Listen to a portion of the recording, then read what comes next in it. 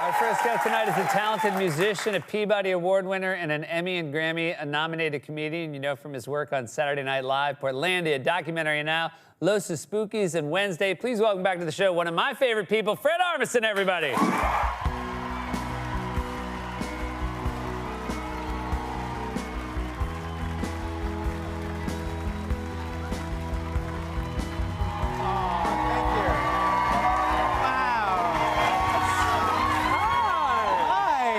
It's so good to see you. Hi, friend. So soon after the 50th. How amazing was that? It was a lot. Did it take you a few days to sort of get over it?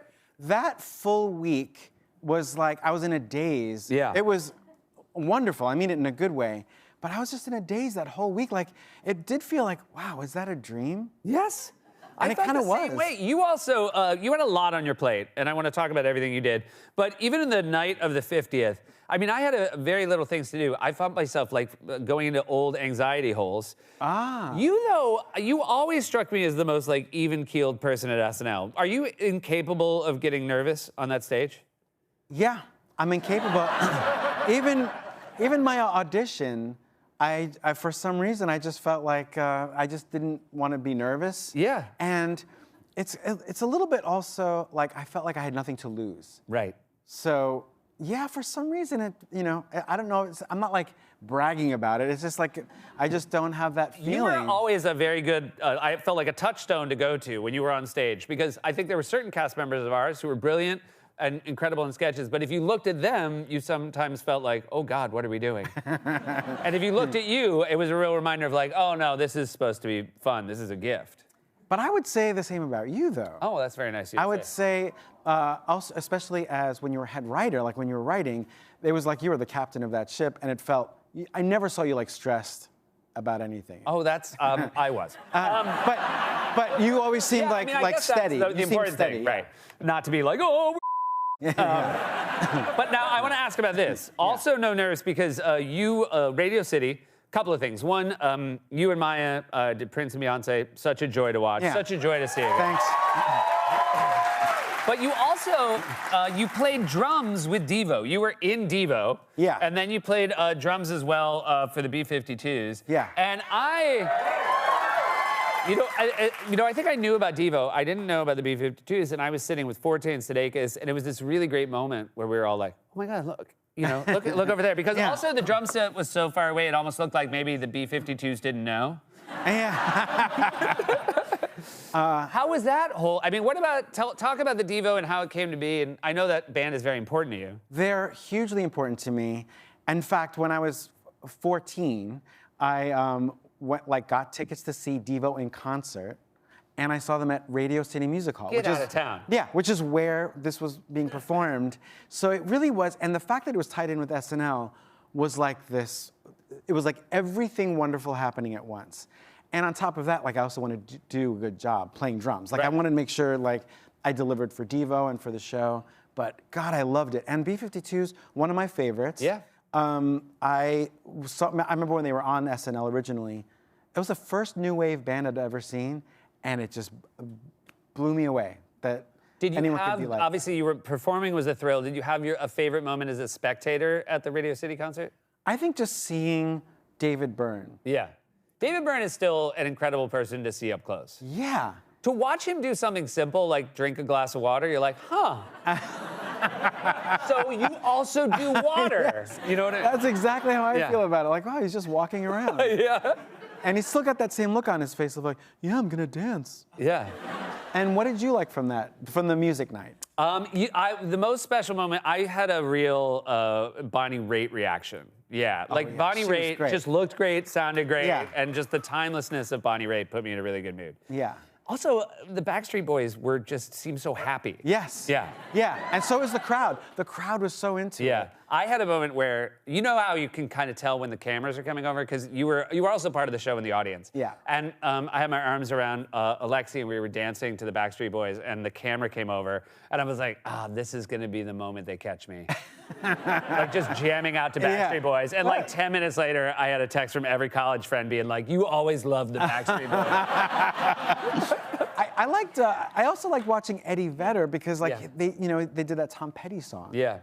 And that was like, to me, it seemed like, oh, he's an SNL fan. Yeah. Like, he really knows all the musical guests. The and whole stuff. week was like, I felt like had a real, in a way that was like joyful in the present, had a real reflection of the past that was also joyful. Yeah. I, again, for reflecting on my past, like and I told you this, sincerely the best moment of my entire weekend was I get to go back in the Weekend Update desk with you and Vanessa Bayer. Yeah.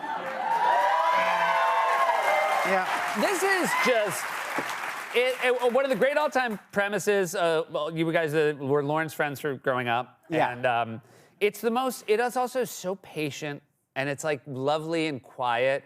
And yet I felt like the whole audience was on board for it. And was it just so fun to be with Vanessa again? It was so great.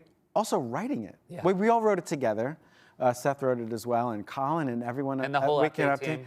And that feeling of like laughing in the office. Yeah. It's like a rare Yeah. feeling. You know, just Right, to you like, just, like, like- what is this going to be? What is this piece going to be? And I was laughing so much. And this is like everything perfect in life. Yeah. Like that. Like, I want this moment forever. The other great thing is Lauren, it was about Lauren, and obviously you were making fun of Lauren, but in a way that was, outlandish, and none of it was true. But I had eyes on Lauren. And you never have eyes on Lauren during the show. During Update, he was somewhere else. And Yeah. he was sitting in the audience. He was an audience member. And I was telling you, Lauren was laughing so hard at you and Vanessa making fun of him. But at one point, as his friends from growing up, you talk about how he's being rude. And you imply that he's inferred that you maybe eat too much and you've gained weight. And he was laughing really hard. And then he had a moment where he's like, no. Like, he was... Like, I would never do that. And I found that was very sweet because he obviously loves you guys so much that I felt that even in the fictional world where he'd be mean to you, he wanted to let Paul McCartney know, like, I wouldn't. No. Yeah. But how about everyone walking around that weekend? Like, everywhere in the studio was just like legends. Yeah. And people we're friends with who are also heroes. Yes. Like It Molly was- Shannon or... And you realize certain people, I feel, have a safety in that studio of no one is going to approach me and have a conversation with me that I don't want to have. Yep. So you felt so comfortable to walk up, and you realize people like, Paul McCartney or Keith Richards, like, they don't get to just hang that much. Right. And I think they like to be in a place where they could just sort of hang out. Yeah. And it was a really cool thing to be a part of. And we're name dropping a lot. I know, Yeah. But we're at the studio. We're at NBC. That's what it's like. You also did, speaking of people who were friends and then we got to come up with, who are now legends, you did a very cool thing with Volkswagen, classic sketch, The Californians. Yeah. And it was very... And this is a classic car, which makes sense for a classic sketch. Yeah. And this is the Volkswagen ID. The ID Buzz. The ID Buzz. And it was such a great, perfect idea because, like, of course, it would be the Californians Yeah. who would be, getting directions and driving around California. You and Bill and Kristen always had a real ability to make each other laugh. I think the Californians was maybe the best version of that. But there were like outtakes that Volkswagen released because you were having trouble just like doing the business of the commercial, not the performance. Yes. Because you had to just like buckle your seatbelt. But quickly. Yeah. So that's the thing with commercials. It's a lot of like, then you get in, you buckle. get in, brah, brah, brah, and then in real life, it's like, she did it. And it's just, nothing brings me more joy than watching Bill in that wig trying to not to laugh at you. Yes. And then the minute he tries not to laugh at you, Kristen is losing it as well. And Yes. you already have the weirdest, most contorted faces. Yes. And then we're laughing on top of that. It was a joy to It watch. was, that we were really laughing throughout. And it's also, we hadn't seen each other in a little while. Yeah. So there was all that released from all of that. But yeah, it was really fun to do. We did it out in California and everything. It's very special to have you back in this room. It was very special to be back at the desk with you. And what a joy to have you here, buddy. I love you so much. I love you so much. Thanks. Fred Armisen, everyone, check out the Californian sketch from Volkswagen celebrating SNL's 50th anniversary and starring this guy along with the ID Buzz. Coming up right now. Stick around. We'll be back with more Late Night after this.